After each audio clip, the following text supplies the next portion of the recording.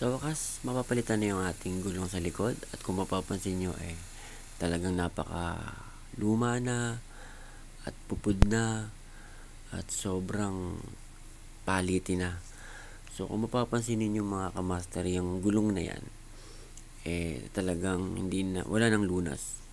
So magpapalit tayo ng 110, 110/80 mga kamaster.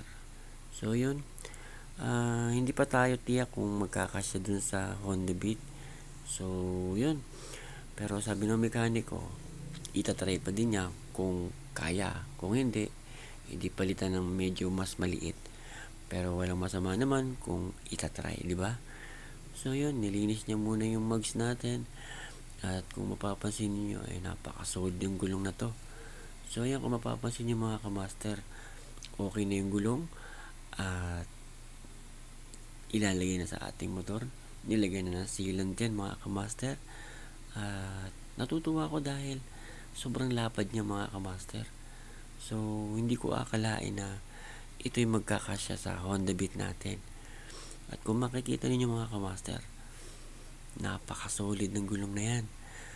So yun, nung ilalagay na ni Manong yung gulong na yan, nag-iisip ako kung magkakasya ba o hindi. Pero awa ng Diyos, ayan, nagkasya nga. Sukat na sukat.